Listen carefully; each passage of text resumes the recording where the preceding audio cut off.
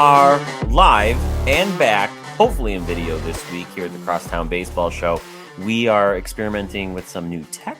I think we have it down. What we were using last time wasn't the greatest, so we are upgrading, you can say. And there's no better time considering that opening day is underway, and we have a lot to talk about 3 or 4 games into the season here, and I couldn't think of anyone better to talk through it with than Anthony Romanelli. Romanelli, how's it going? Outstanding. Oh man, you know what? I wish I could say the same. Folks, as we record this, I literally just got back from the Sox home opener 30 minutes ago, and it was not a great day, and we'll get into that in a little bit. But today on the Crosstown Baseball Show, we're talking through kind of the first impressions now that we are 5 games into the season for the White Sox. We are 3.5 for the Cubs, who are currently live in Cincinnati playing the Reds as we record this. What is the score there? Is it 4-3 still? No, 4-4. 4-4. The Cubs tied it. So we'll go ahead and talk about that as we kind of see it wrap up, I'm sure, as we do recording today. But I wanted to spend some time talking about, some of the first impressions, things that we've been seeing as the Cubs and White Sox start their seasons. The White Sox obviously started their season with 4 games set in Houston playing the Astros. They had the home opener to this afternoon against the Giants. And the Cubs opened 3 games, their season, 3 games at Wrigley against the Brewers, and then traveled to Cincy, where they are now playing their first game of a 3-game set. So, first things first, Romanelli, you went to Cubs opening day. So how did it go? What was the experience? I did. It was good. The weather was good. The crowd was there, 36,000 plus. So that was huge. You could feel the vibes. They did the national anthem by, dragging out the gigantic flag with 6,000 people holding it. The flyover, that was cool. Not like the Milwaukee flyover from today. Did you hear about that? I laughed so hard when I read that. It's the stupidest thing I've ever heard. For those of you who haven't seen this yet, give it a Google. Apparently, Milwaukee Brewers had a flyover with the roof closed today. That is so very Milwaukee. Just like, seriously, like, who planned that? I know, like the logistics there. You have one job. One job for this flyover. Yep. Leave it open. Oh my God. But it was a good day. You enjoyed the opener. I did. Yeah, very much. They played well. The energy was there. Your boy Stroman pitched lights out. The Cubs played small ball, just hit after hit after hit after hit. Swanson, as we know, is just tearing it up.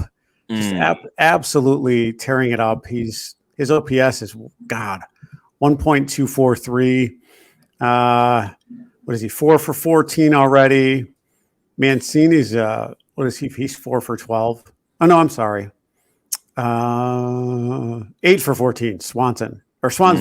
Yeah, Swanson is 8 for 14. Just absolutely killing it. Bellinger just got his first home run today. His 3-run home run against Cincinnati, and when everybody was worried because he went 0 for 7. Give the dude a chance to warm up. Nico and Swanson. I keep wanting to call him Swansby. Swansby. He and Swanson up the middle were fantastic. Happ hit hit his first home run in the second game. Again, Happ is on my projections to lead the team in home runs. Now Bellinger's tied him, but everything about opening day was perfect, from having Bill Murray show up, chugging some rum chata and ordering a cheeseburger, to the crowd, and the first pitch was great. Just everything that you could possibly imagine for a Cubs home opener was absolutely perfect. Even Pat Hughes threw out after finally getting into the Baseball Announcers Hall of Fame. He was able to throw out the first pitch, so that was very cool. Fergie was right alongside him, whose autograph I actually have. That's awesome. Yeah. So all around, it was a really good game, a good day. Left feeling good. I've had far too many opening days where they've lost and you feel dejected. So this was one for the books. And especially, and a side note, bringing my daughter was really cool. Yeah. So we got to kind of bond and enjoy that together. It was fun. That's awesome. Yeah. Anything new at Wrigley? Anything that kind of stood out to you? No, not.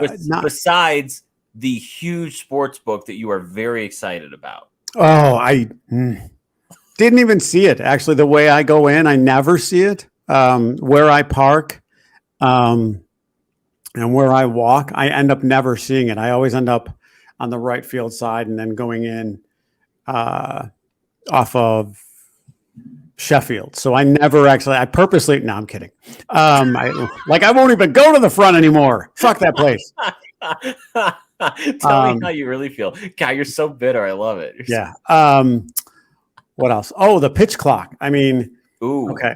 So that's very real. And that's going to take a while for me to get used to. I think I'm not alone there.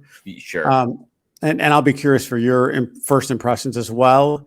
To me, it felt more like they were concerned about the pitch clock than playing the game.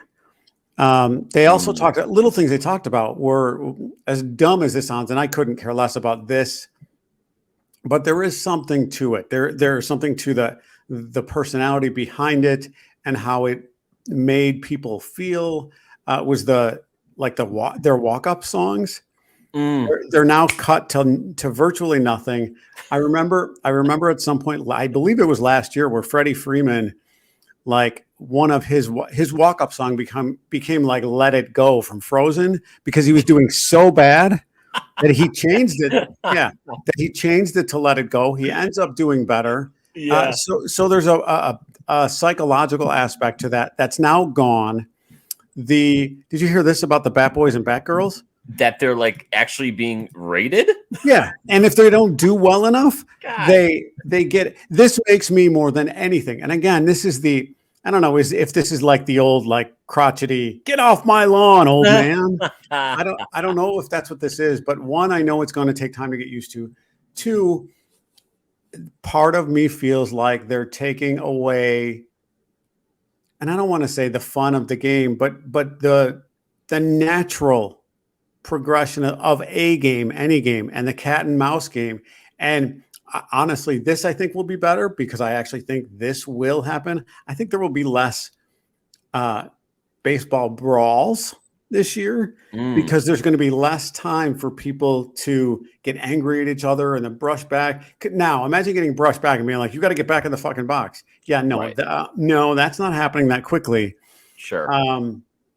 But like Strope got called for one time, like for having to not pitch quick enough, so there was a strike on him, or whatever. And then I can't remember what else, but I think it's taking away a little bit from the tradition, or just the reality of a real game, and going and enjoying the game itself. Now you get into the game, and when you've got Nico hitting the ball down the right field line and a run scores, and you've kind of forgotten all that. But in the flow, like, I think baseball is a game of feel. Like, baseball is a game of cat and mouse. I think that's going to go by the wayside a little, because they're too concerned about it. I believe, part of me believes that the pitch clock is an overcorrection. It's because it saved people 25 minutes. Well, you know what? And I don't know if I said this to you, but that's like saying, okay, no more 3-hour movies. No, after a certain amount of time, I have to stop reading a book. No more 3-hour flights, because fuck it, that's too long. Nope, I want to be in London in 35 minutes. Fuck you. I'm done. Because now everything has to have a limit. So the 4-hour class that I took once a week in college, nope, can't be 4 hours anymore. That's too long. Like, where does the MLB get off trying to please 1% of the fans who who aren't there for the game.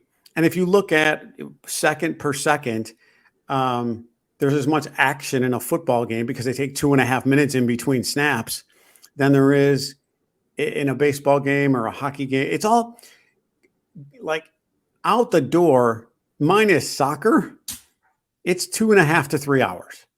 Like, just leave it alone. You know what? If you want to do it that way, then here's what you do. If you're so hell bent on the 3 hour mark, then at the beginning of whatever inning, at the 3 hour mark, that is the last inning that has to be completed. If it's 6 innings, fine.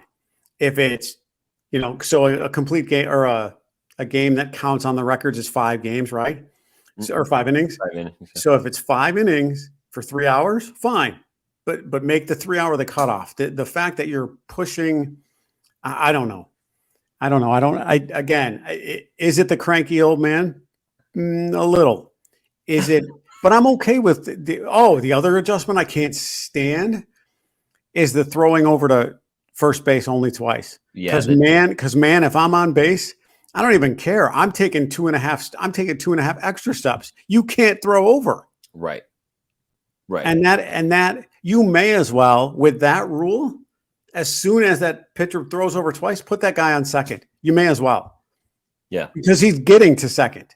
And we're seeing in the game data so far that's actually happening. 91%. 91% of those, that's like, just move them over to second then. You've covered a lot of ground, a lot of important ground there, a lot of good points. Now, which are rare for me. So let's note this. At the 11th, at the April 3rd, April 3rd at the 11:50 mark, he's made more points in this episode than he has all fucking year. All right, listen. Hear me out on this. So, I think there are more often than not that I'm also a baseball purist. I mean, you and I are those really, really hardcore fans that can sit there for a 4 or 5 hour game and be totally content with that. Yeah. I do put myself into the shoes of the league where, guess what? You and me can't keep the sport alive for 20, 30, 40 years. And for them, it's not just us as fans, but they're also trying to attract fans. Now, hate it, love it, like it, whatever. We all know, you see this as a teacher. I see this with people that I hire in my company where I work. This younger generation, it's all about right now. Like, I need it quickly now. My attention span's like this big. So I understand the pressure on them to keep the sport alive and well, the sport we love so much, by trying to get it as entertaining as possible. I get all of that. Now, on the flip side, the actual game experience. So obviously you went to the Cubs home opener. I was at the Sox game today. I liked it. Like, I did. Like, I was watching the game. It was moving relatively quickly. I don't find myself like watching a pitch and like just blissfully looking at everything around the ballpark, because I can do that for 2 minutes. You know what I mean? Like, I was attentive to every single pitch, more than I've ever been. And I think that was because it was moving a little more swiftly. So, yeah. And I did notice too, you bring up the point of, maybe it being an overcorrection. And I could see that point. Having said that, when I looked at the clock, because today being there in person for the first time, I was actually looking at the pitch clock relative to when they were pitching. Right. Now, go ahead, finish. And what I noticed was, more often than not, before, the batter needs to be in the box by the 8-second mark, the pitch was already thrown by the 8-second mark in most cases. Right. Now, the thing that bothers me about that, you brought up a point that I got angry at myself for during the game. Instead of me watching the game, I'm not watching the game. I'm watching a pitch clock so Stroman gets that pitch off. Yeah. That, for me, is taking away from the game. I'm a fan who's paid X amount of dollars. I'm not there to watch a pitch clock the same way I'm not there to watch umpires. So here's the thing, though. Do you think you do that, though, and there's not enough data to really know for sure, but are you doing that? Are you and I doing that because it's new and it's a novel thing, and will it wear off? Will we not pay attention to it in 3 months? I don't know. Maybe we're paying attention to it because it's so brand new and it's in our face. Well, I would say this. I think it's going to be hard for fans, old school fans like us, to when we go to a game to not watch that pitch clock. New fans may look at it and be like, that's kind of neat. And he did it. He got it off. But I'm telling you, I caught myself one too many times looking at the pitch clock and then getting upset at myself because I'm like, come on, Stroman, like fucking pitch. Why does that matter? Now, the one thing that I'll add that I would 100% be okay with, you use the pitch clock all year until you get to the playoffs. Playoff time, let them play. And here's what I'll use is hockey. In hockey, after the first 3 periods, one guy's off the ice. Yeah. Okay, to get the game over with. But not during the playoffs, not during the Stanley Cup playoffs. So if they want to do this all year, that's fine. Because once your team or whose ever team gets into the playoffs, no one's going to care how long it takes. Yeah. So I would be okay with that, including no pitch clock, like nothing, just back to baseball. And by then, to be honest with you, they will be in that rhythm. They will be, and the game will move along quicker, more naturally. And I'm 100% okay with that. But to bring that into, because imagine losing a game or being this, like having a strike 3 called on you during a playoff game, just because an ump is hard up on making sure that 8.1 versus 7.8 seconds, that ump is like, nope, there it is. Right. Like you at that point, you may, because you don't even know that the ump who's made that call at the 8-second mark, it wasn't under 8 seconds. You may as well get rid of the umps and have a digital like zzz, like a noise. Like, nope, that's it. Like it automatically happens. So you want like a gong that just rings through the whole ball? Yep. And that way everybody knows, because it's still human. That's still human error or human interaction, making sure, unless they got like a vibrator in their head that shakes their helmet, like knock it off, that kind of thing. But again, this is me over exaggerating a lot of it. But I would be okay with the pitch clock through the regular season. That I'm okay with that, but not during playoffs, man. If you ruin anything during a playoff game for me as a fan that I've waited 162 plus games for, I am going to be pissed. I get where you're coming from, and quite frankly, I don't hate the I don't hate the playoff idea. I think it's a whole different environment, a different atmosphere, a different feel, and just not even from a pure baseball standpoint, but that's a whole other level of play when you get to that point. And there's a lot more strategery that goes into it more than anything when you're trying to, outbest or outbeat your opponents. But so overall, though, was it different? Yes. Did I hate it? No. I do think that the what they're calling the disengagements from the pitcher's mound, I think that is kind of weird. It's going to be interesting to see how that kind of carries out. I think you'll continue to see the stolen bases continue to happen at a higher rate as the season goes on. But I don't know. We'll see. When you were at Wrigley, I don't know if we even got to this question. I know we talked about the sports book, but anything different about the ballpark? Anything that you saw that was like, hey, this is new or this is different? Like for example, where the hell did they even have the pitch clock at Wrigley? Well, that's something else I want to talk about because I was curious. So watching game 2, because I was at game 1 at Wrigley, watching game 2, you can't see the pitch clock at home. Right. So it doesn't affect you at home. So at Wrigley, it is in 2 spots. It is behind.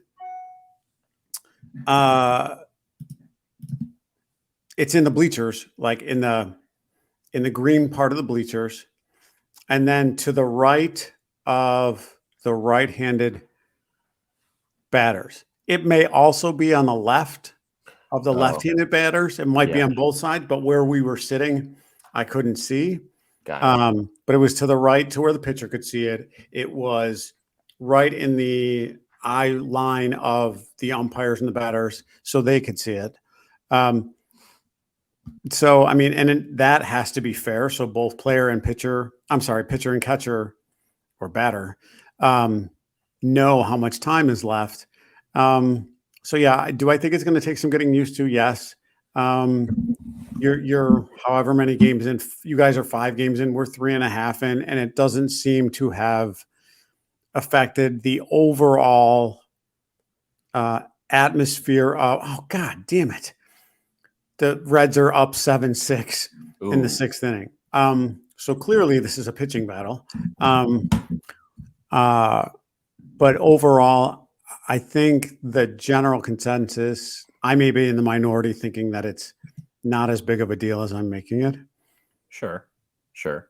I mean, it's everyone's taste, right? I mean, like you said, Yeah. there's different levels of fans, and I do think, I think the main point here is it's going to take folks like us a little bit of getting used to. I myself, I tend to be someone I get used to things pretty quickly. That's just me personally, and I do like the benefits of it, but like we're saying, there's going to be fans that pick up this sport for the first time this year. These younger fans who really start watching games and they won't know any. They're none the wiser. They won't know any Right. better, and for them, it'll be just normal. Yeah. So I get it. And to be honest, I have a 15-year-old girl, and we went opening day, and it was colder, and Hmm. she was like, "Oh, this game only took 2 hours." And yeah, I was like, "Yeah." So, Mm, and she's not into the game as much as you and I. So it was a sure. benefit for her. And I Yeah. do think people who go just to go with other people who aren't there for the game itself, but to hang with the friends, which we both are there for friendships, but you are there to watch the game, Right. and you 100% want to watch the game. And like, it's almost like, don't talk to me until a commercial, Right. like I'm watching a game. Yeah. Um, we can play the mound game in between and BS in between, but uh, like I kind of get it, but I don't know. Maybe if it was, so it's 15 and 20 seconds. Maybe if it was 20 and 25, I would feel better. Like they don't even get it. Like as dumb as it sounds, and I never got into it one way or the other. Like the walk up song, but those used to get crowds jacked Yeah, depending on who was coming up. Like Rizzo's walk-up song all those Right. years ago. Yeah. Like everybody's clapping and everybody's getting along, and then now will the pitcher who's coming out of the dugout or the bullpen, will he get his walk up song? Will he get the full walk up song, or will they put him on a helicopter to get him from the bullpen to the It would be a monorail. a monorail? Yeah, fair enough. An underground monorail, and then he There comes you up. go. Then he comes up from the mound. Yes, like a The stage mound, style. yes, Like the mound drops down. That would be fucking awesome. That I would pay for. that's it. Right, Theo Epstein. That's Let him right. know. Dear Theo, hi, it's me, Anthony. It's me. That would be cool. That I Oh would pay shit. for. That would be cool. That would be cool. You want to talk about making the game exciting? Now, here we go. That's right. Oh, well, glad to hear things will Wrigley. Obviously, no surprise there. Really excited for you and I to get that May game Yeah, when me too. Wilson Me too. Contreras is Yep. coming in town. So Yeah, that'll be fun. that will be fun. I'm interested to see kind of the impression he gets. I'm not sure why I Oh, say that. I'm sure he'll get a good impression, but so do you remember you had gotten the seats through, I think it was your buddy Kevin, behind home plate with the pink hat guy? yes, Do yeah. you know? So like he was in the news just recently, uh, leading up to opening day, because he didn't come to opening day. He's getting older, Mm, and his not that his health is ailing, but his family doesn't want him there during the cold weather. So his first game this year will be the return of Wilson Contreras, because he like me, he wants to pay homage to Contreras. So I think that's that's really pretty cool. cool. That Yeah. is really cool. Yeah. Good for. I mean, he has been there for as long as I've been watching Cubs games, which was Yeah. maybe when I was 5 or 6. Like, holy crap! Yep. Yeah. So I'm excited for him. That was a neat little aside for me to kind of find out. You're talking about things that are new or things going on. Yeah, Like I had found that out. And that was like oddly entertaining to me, or I'm happy for the guy. Obviously he watched the games, from Florida, but I'm happy he'll be there the same night we will. Yeah. So yeah, I'm still excited. 7-6. Yeah, me That'll be too. good. That'll be good. Um, so I want to talk about the Sox and I want to talk about Guaranteed Rate Field, but today was just a shit-tastic game. So let's pause and not talk about that for a second because I'm still recovering. But let's talk about what the Cubs did over the weekend against Milwaukee, and they did walk away losing the series 2-1. They did win on opening day, so it was good to see that, I'm sure. But tell me about kind of your first impressions, having seen them go through that series with Milwaukee, and how just the pitching and the bats fared overall. Overall, it was exactly as we expected. Mm. Well, hold on one sec. So Dansby, as we know, is as good as advertised, which made everybody super, super happy. Yeah. The bullpen is as bad as advertised, and that made everybody super, super sad. You had talent. I'm sorry, you had my guy, Steele, pitching out of his mind with a 3-0 lead. He leaves, the bullpen blows the lead, they lose the game. So again, I shot you that stat that Steele and Stroman were the first two to give up that few or 0 runs since 1906, back to backs like that since 1906. That's impressive. That makes you excited as a Cubs fan because you're like, okay, if the starting pitching is there, and had Talon had a better outing yesterday, they may be 2-2 because the one game Milwaukee just beat them up, and that's fine. Yeah. And that is fine. But that bullpen worries me terribly. Right now, the Cubs aren't showing the power. They have a total of 4 home runs. Although with Bellinger, oh no, that's it. That's included. So just 4 home runs as a team right now. I think the loss of Suzuki is real. You and I said that the Cubs have to, I think both teams, we've said this, have to have everything go right for them to do really, really well. Right. And well, we won't talk about the Sox game today yet because you're still reeling. But opening weekend, I was pissed as hell. Excuse me, with Yan Gomes. That dude dropped more pitches. Like he just dropped pitches, not wild pitches. Like you're dropping pitches from your number one starter. You're dropping a fastball. I don't know how many he dropped, like 5 or 6 or 7, and then 1 or 2 pass balls. You can't have that. You can't have that. No. Especially when the Cubs are touting that 1-2 punch with Gomes and Barnhart, and Gomes just bit it hard. He's not even batting 150. Like, come on. So between the lack of catching he did and the lack of hitting he's doing, your catchers are averaging 200 barely. And we knew that was going to happen, right? Like with this team, they specifically picked up Barnhart and Gomes for defense. Yeah, exactly. And remember opening day with the Cardinals? How did Contreras do? Yeah, 2 for 4 with 2 RBIs and a home run. Right. But we won't mention that either. So Nico is doing well. I still would like to see Rios bat a little bit more, to be honest with you, because he's got some power. I would like to see him I don't know. I would just like to see him hitting more. Well, I think as the season goes on here, he'll get more playing time. I think he'll spell Wisdom at third every so often. He'll certainly, do the same for Hosmer at first, but it'll be very, very interesting to see just who gets the plethora of at backs going through April and May, because I feel like this team will kind of be shaped as folks kind of either go on streaks or go on cold spells, and that's bound to happen.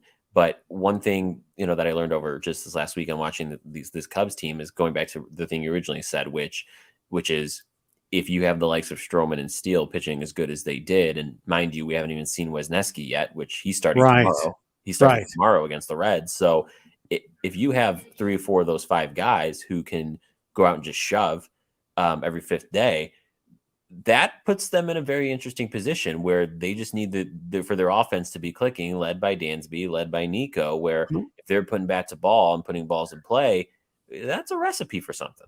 Yeah, they still need a bullpen. Yeah. You are going to have to do something. You still have no left-hander in your bullpen, not one. So that is so every manager coming into Chicago is going to be like, I'm going left-handed heavy. Right. And so will that play will that be a negative for the Cubs if every team, to make sure that they get this series, let's say that there's 4, so they want the opposing team wants the first 2, so they go left-handed heavy the first 2 just because they know they don't have a bullpen. So all they got to do is get through 5.5, 6 innings with the starter and then just go beat up the bullpen.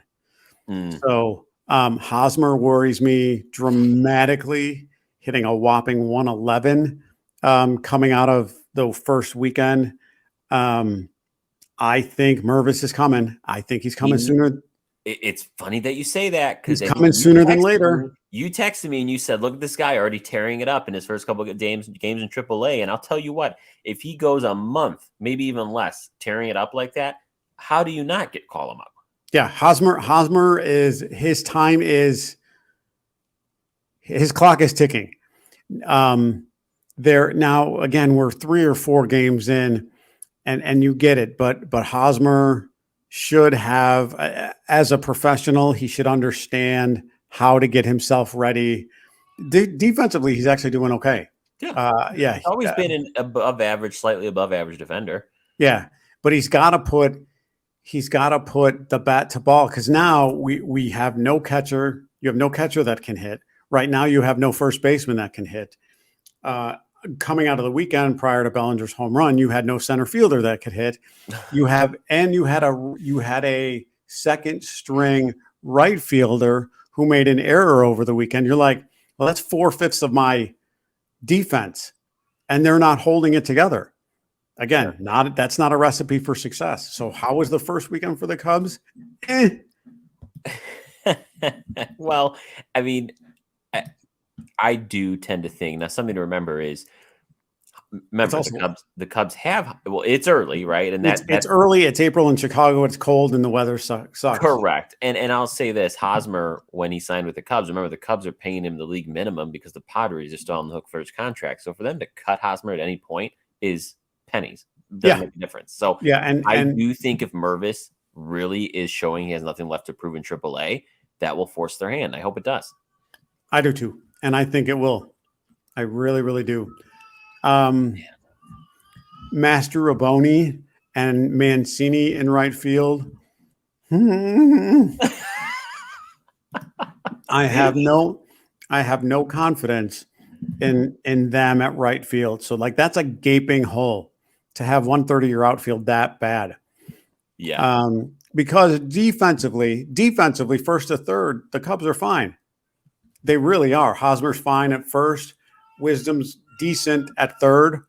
And again, I will say this. I don't know that there's a better middle infield than the Cubs. No, probably not. In National or American League. I mean, not better than that, just pure hitting contact, and certainly defensively, I don't think so at all. And they've made it very exciting over the last three days. So if you give them a full season, I think we're going to continue to see some really cool things from those two. And my other thought, I can't now. Morel's doing well down in the minor leagues, and they want him up just for his energy and stuff. Right. I keep wondering about Pete Crow Armstrong, only because he is an unbelievable defender. I just don't know off the top of my head anyway how good of a hitter he is. Defensively, he can get the ball like nobody. But we'll see. So first impressions for the Cubs weekend, they're right where we thought they would be. Yeah. Like what's his name? Dennis Smith from Arizona. They are who we thought they were. They were who we thought they were. Right. They're as average as advertised, the Cubs. Well, I'll tell you this bit of news because you were talking about the right field situation. It looks like today, actually, Seiya Suzuki did have 2 at bats in a simulated game in Arizona, Okay. and then he played 4 innings on defense. So these were the first kind of game at bats since the injury, and that comes from Jordan Bastian, who writes for the Cubs for MLB.com. But I mean that tells me if he's working up, ramping up now, maybe you get him back by the end of April, and then this is a better conversation. Yeah, and that would be great. That would be great. Awesome. Good Cup stuff. Good Yeah. Cup stuff. All right. Let's just as he hangs his head. Let's just talk about it. Okay, so here I do want to start with, before I talk about today and kind of what I experienced today at the ballpark, and just how they performed. I do want to talk about the weekend when the White Sox were in Houston playing the Astros, playing the defending world champions, playing the new team of longtime White Sox legend Jose Abreu. I will say, I went into this series with the White Sox going to Houston, and I'm thinking, all right, if you come out splitting this series, I'm happy about it. Yeah. And they did. They And did. when you're playing a team of that caliber, and you have the White Sox coming off a season where they couldn't hit for shit, I was worried. But they came out splitting the series. And here's the interesting thing about these 4 games is the Cubs had a lead in all of these games and the White Sox had ample leads in every of these games, and they had a chance to win every single one of these games if they hit in key spots, and they didn't do it. There were multiple times this weekend when they left runners on base, but more importantly, there were 2 or 3 times in the course of the last 4 days where they had no outs and bases loaded, and they couldn't get anyone in. Opening day, they left, was it 10 or 12 men on base? I think it was 10. Yeah, you can't. And I watched that, and they got that game. That was a game that they stole. Yes. Actually, there was no way they should have won that game. No business winning that game when you leave that many on base. And here's the thing with this is not only if you have those guys come up big in those spots, I think Eloy's came up in 2 spots where his bases loaded and he didn't do anything. But if they do, not only do they win each of those games, but they win a couple of them by a fairly large margin. And that's just that has to change. It does have if you're going to have a playoff caliber offense. And especially, yes. And it's way too early in the season because now 20 games in, if they win that game, it's because good teams find a way to win. Yes. Houston gave them every opportunity to win that game, right, and they didn't. And they did, I'm sorry. And even though the White Sox won that game, there's no way they should have. I don't think in 20 games, there's no way the White Sox win that game again. There's no way. Now, I will say this is those games, all 4 of them, they would have been out of those games by inning number 2 or 3 last year. Like just the way that they approached these games, the attitude they had throughout the game, just the energy that you saw, they would have been out well before the 9th inning.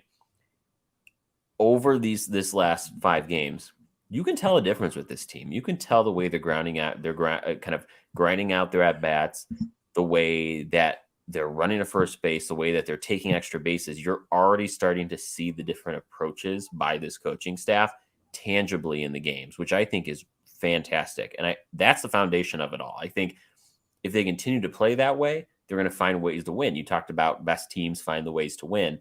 I think this is a team that did not do that last year. And if they find themselves in a position where they can do that more here in 23, I think it's going to be pretty good. If you can take 2 from the Astros doing that, not having your best offense, I'll take that. I would agree. And them coming away 2-2 is a good, I don't know, that's something to be proud of, knowing that you're playing the defending world champs at home, not playing your best baseball, stealing the first game, and then winning a second one. So you're at 500, and now today was an anomaly. Every team will get their tail handed to them at once or twice, and that's fine. Yeah. So they pick back up tomorrow against San Francisco. I think they'll be fine. Yeah, I think they will be, and you said it perfectly today. Kind of getting their tail handed to them was certainly an understatement because they lost today 12-3 at the hands of the Giants.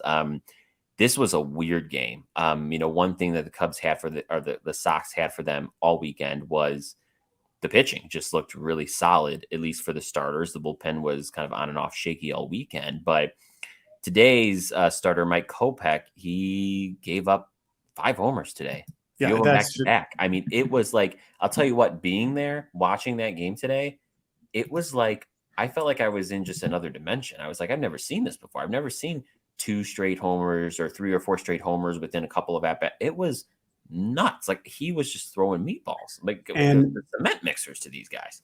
And while you were coming home, literally, I was watching the highlights. And after, I don't know, the third one or whatever, you see him turn around to watch one of the balls leave the park. And the look on his face, he's like, what the hell? Like, what is happening? Like, exactly. He knew that either he was off, and sure, I guarantee you they're watching film now. Either he was off, he was tipping pitches, they're stealing signs, something. And again, I'm not accusing anybody of stealing signs in the third or fourth game of the year.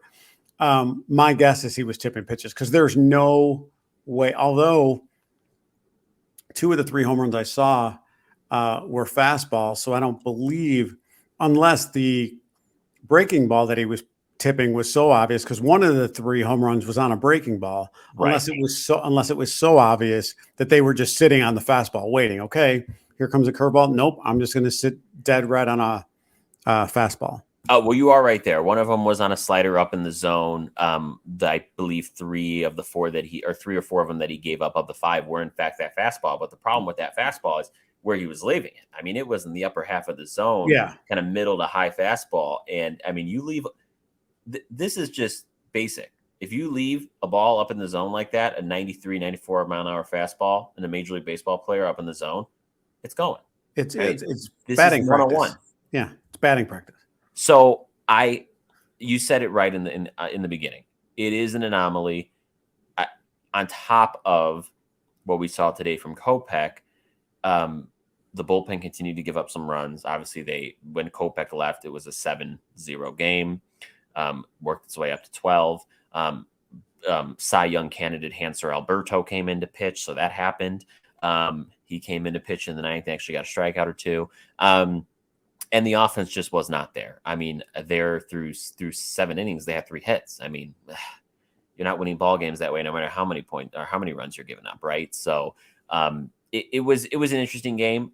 Really kind of sucked that was the home opener experience from a on the field standpoint. But like you said, I'm kind of flushing it down the toilet and kind of chalking it up to a bad day because guess what? In these 162 game seasons, there's going to be a couple handfuls of bad days. Oh, without question. I just peeked at the Cubs score. It's still 7. What is it? 7-6 still. But do you remember early in the year when Rios was batting against Smiley and he just kept crushing him? Mm-hmm. Yeah. Okay. 4 2/3. This is Smiley's line today. 4 2/3, 9 hits, 7 runs, 6 of them earned with an ERA of a tiny 11.57. Smiley is not going to make it. No. And this is against Cincinnati. Right. And we knew that. We knew when we look at that rotation, he was the weakest link. And even with the newbie Wisniewski, we knew he just had better stuff than Smiley does. Yeah. Yeah. This is bad. Woof. Yeah, that's rough. What I will say is when I was at the ballpark today, some things I wanted to kind of highlight, some cool stuff. So my season tickets are in section 542 upper deck, like right behind third base there. And I had a chance to see kind of the new sky boxes, the new sky bar boxes that they have. Okay. So I wanted to show kind of what those look like. I did go ahead and get some.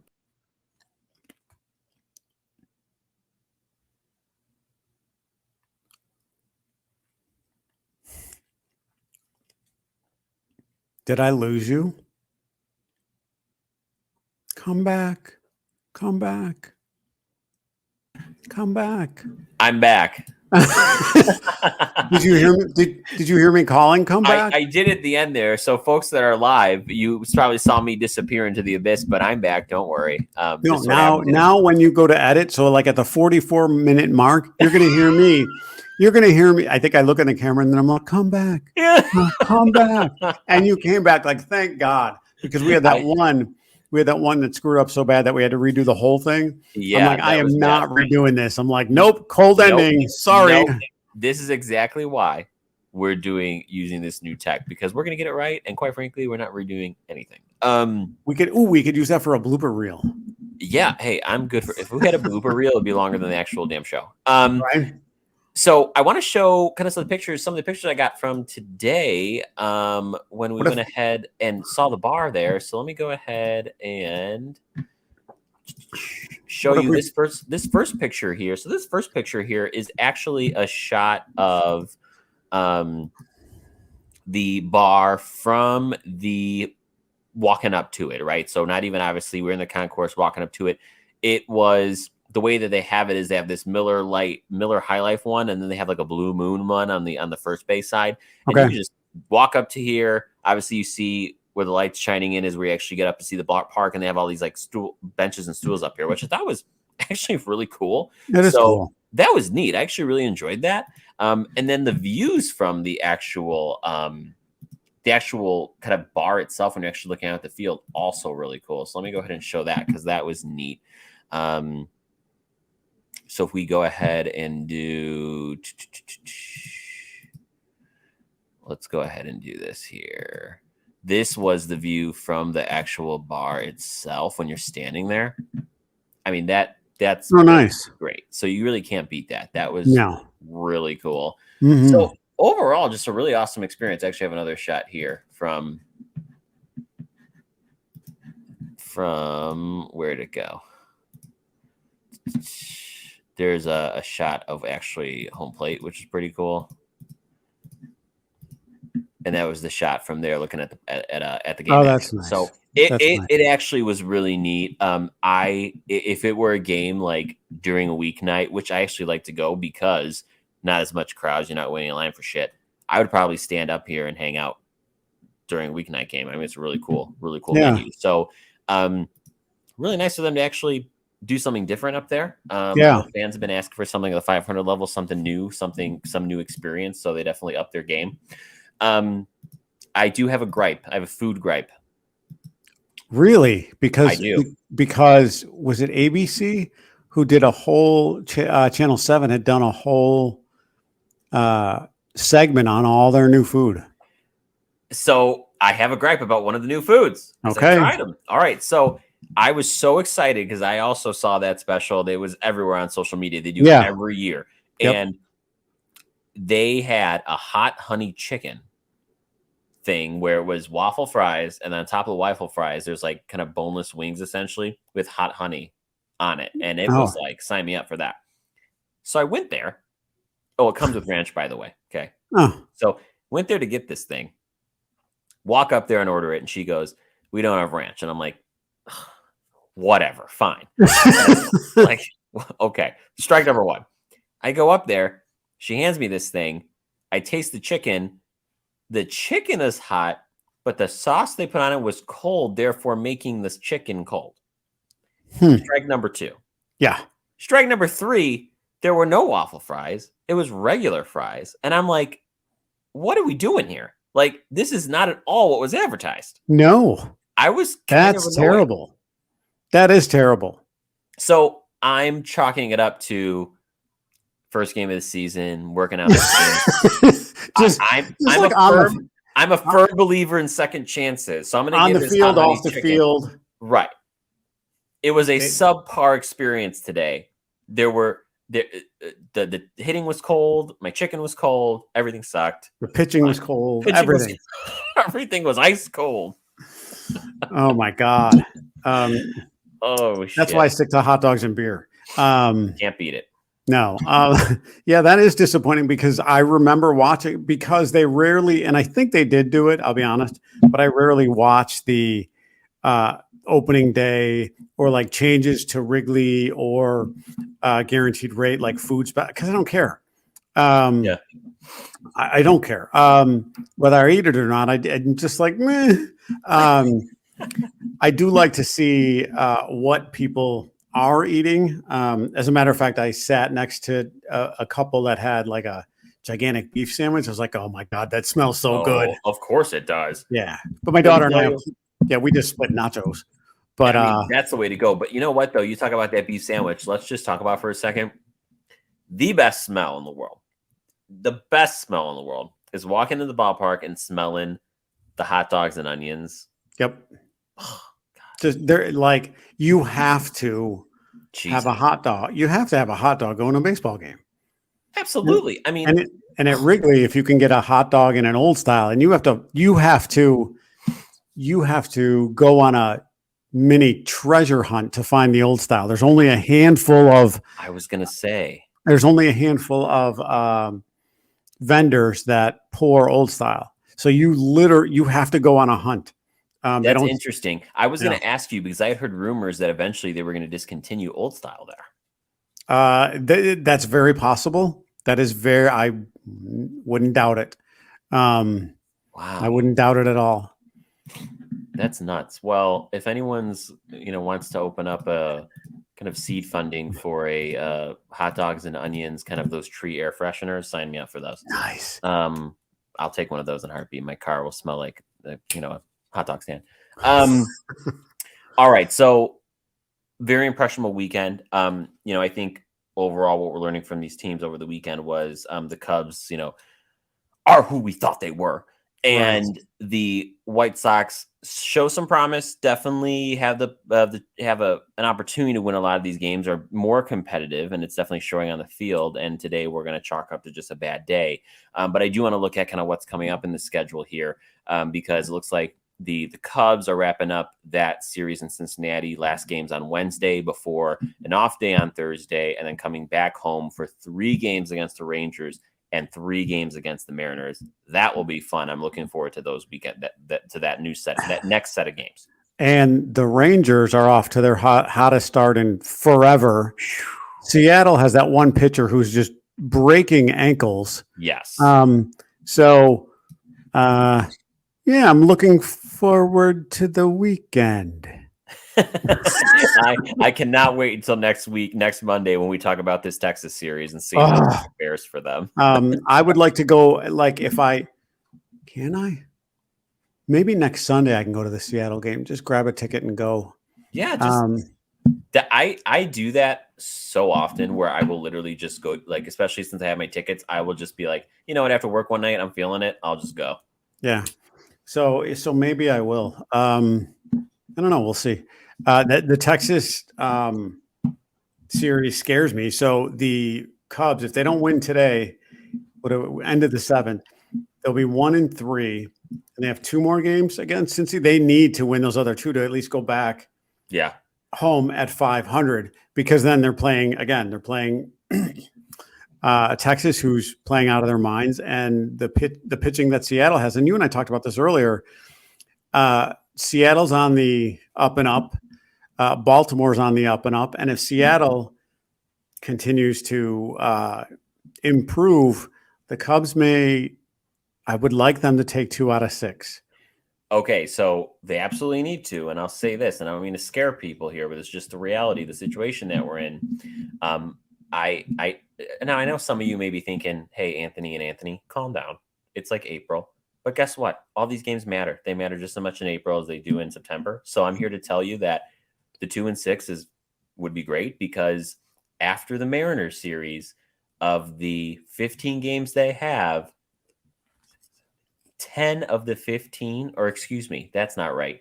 12 of the 15 are against the Dodgers and the Padres. Piece of cake. Piece of cake. Piece of cake that I left out in the sun for 5 days. Gross. So yeah, very interested to see what the Cubs do over the next couple weeks. We'll track that over the weekend. On the Sox side of things, they have the off day tomorrow, which they definitely need after today. They have 2 more games against the Giants Wednesday, Thursday, and then they are go on a 3 or 6 game road trip against the Pirates and the Twins. So that will be fun. They have a little bit of a lighter schedule this weekend to do the Sox. So yeah, Pirates and the Twins, or the Rangers and the Mariners. yeah, pick Yeah, your poison. yeah. Eh. Um, cool. So I meant to ask you this actually before we wrap up. You texted me a really cool Star Wars like reel I today, and I know. was dying laughing. And I don't think we ever talked about this because if anyone's watching our streams, you're seeing behind me my just copious amounts of Star Wars stuff. Because there's one thing you know about me. There's one thing outside of family and friends, obviously. There's one thing that I love in this world just as much as baseball, and it's Star Wars. But I don't know that I've ever gotten your take on what you think about Star Wars. Like, are you even a fan? Oh my God, yeah. I Cool. am.